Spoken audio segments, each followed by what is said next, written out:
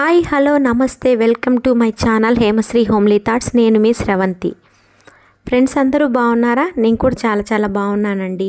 ముందుగా మన కిచెన్లో ఈరోజు రెసిపీ వచ్చేసి పాలక్ పన్నీర్ అండి. అది కూడా డాబా స్టైల్ పాలక్ పన్నీర్ అండి. డాబాలో ఏ విధంగా ఉంటుందో టేస్ట్ అనేది అదే విధంగా ఉంటుంది. సో అది ఎలాగో ఇప్పుడు మనం చూద్దాం. ఈ పాలక్ పన్నీర్ను ఎవరెవరు వారి స్టైల్లో చేసి చూపిస్తూ ఉంటారు కదా. సో నేను ఏ విధంగా ప్రిపేర్ చేస్తాను అనేది మా ఇంట్లో నేను ఇప్పుడు చేసి మీకు చూపిస్తానండి. సో ఈ పాలక్ పన్నీర్కి కావాల్సిన పదార్థాలు నేనైతే 4 కట్టలు పాలకూర తీసుకున్నానండి. దానికోసం ఒక 3 పచ్చిమిర్చి తీసుకున్నాను. అదేవిధంగా ఒక చిన్న సైజ్ టమోటాను కూడా తీసుకున్నాను. ముందుగా ఈ పాలకూరని శుభ్రంగా కడుక్కొని ఒక గిన్నెలోకి తీసుకోవాలి. అందులో ఒక టమోటో 3 పచ్చిమిర్చి వేసుకొని ఒక 2 గ్లాసులు వాటర్ పోసి స్టవ్ మీద పెట్టి ఒక 5 నిమిషాల పాటు మగ్గించుకోవాలి. సో ఈ విధంగా 5 నిమిషాల పాటు మగ్గించుకుంటే సరిపోతుందండి. పాలకూర అనేది బాగా మగ్గిపోయింది. దీనిని మనం ఇప్పుడు స్టవ్ ఆఫ్ చేసుకొని ఒక స్ట్రైనర్తో వడకట్టుకుందాం. ఈ వడకట్టగా వచ్చిన వాటర్ని కూడా మనం కర్రీ కోసమే వాడుకుందామండి. చూస్తున్నారు కదా. ఇప్పుడు స్ట్రైన్ చేసిన తర్వాత దీనిని పూర్తిగా చల్లారబరుచుకొని ఒక మిక్సీ జార్లోకి తీసుకొని స్మూత్ పేస్ట్ లాగా తయారు చేసుకోవాలి.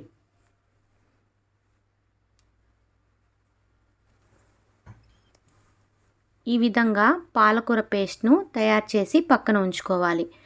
ఇప్పుడు కర్రీని ప్రిపేర్ చేసేందుకు స్టవ్ పై ఒక ప్యాన్ పెట్టుకొని ఒక 2-3 స్పూన్లు ఆయిల్ వేసుకోవాలి. ఈ ఆయిల్లో మనం ముందుగా 2 మీడియం సైజ్ ఉల్లిపాయల్ని కట్ చేసి పెట్టుకున్నానండి. వాటిని ఫ్రై చేసుకోవాలి. ఇవి కొద్దిగా కలర్ చేంజ్ అయ్యాక ఇందులో 1 స్పూన్ అల్లం వెల్లుల్లి పేస్ట్ కూడా వేసి పచ్చివాసన పోయేంత వరకు బాగా ఫ్రై చేసుకోవాలి. ఇవి 2 బాగా ఫ్రై అయ్యాక మనం ముందుగా తయారు చేసి పెట్టుకున్న పాలకూర పేస్ట్ను ఇప్పుడు ఇందులో యాడ్ చేసుకోవాలి. యాడ్ చేసుకుని బాగా మిక్స్ చేసుకోవాలి. నేను ఈ 4 కట్టల పాలకూర కోసం 200 గ్రాముల పన్నీర్ను తీసుకున్నానండి. దాన్ని చిన్న క్యూబ్స్ లాగా కట్ చేసి పెట్టుకున్నాను. ఇప్పుడు ఈ పన్నీర్ ముక్కలను ఈ పాలకూర మిశ్రమంలో వేసి బాగా కలుపుకోవాలి.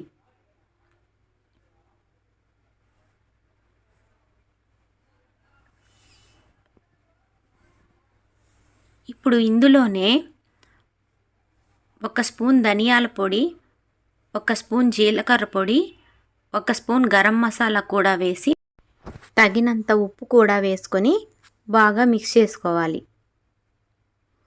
మనకి పాలకూరలో కొద్దిగా ఉప్పు ఉంటుంది కాబట్టి మనం సాల్ట్ అనేది చూసి వేసుకోవాలండి. ఒకవేళ మనకు సరిపోకపోతే మళ్ళీ అయినా యాడ్ చేసుకోవచ్చు.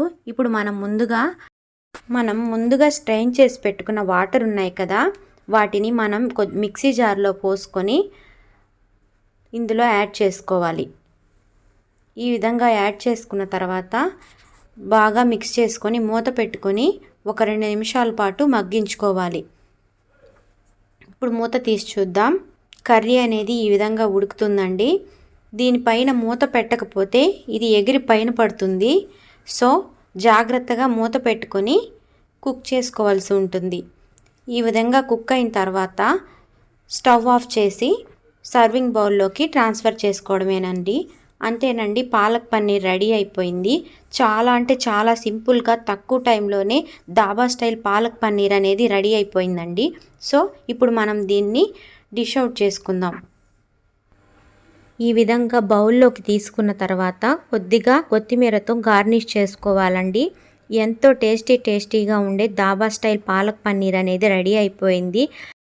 మీరు కూడా ఒకసారి మీ ఇంట్లో ఇదే విధంగా ట్రై చేసి మీకు ఎలా వచ్చింది అనేది మీ వాల్యుబుల్ కమెంట్ని నాకు కమెంట్ సెక్షన్లో తప్పకుండా షేర్ చేయండి.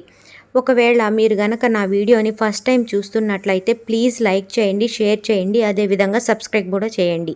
సబ్స్క్రైబ్ చేసిన తర్వాత పక్కనే ఉన్న గంట సింబల్ని ప్రెస్ చేయడం అస్సలు మర్చిపోవద్దండి. అప్పుడే నేను ఏ వీడియో పెట్టినా మీ వరకు నోటిఫికేషన్ ద్వారా వస్తుంది.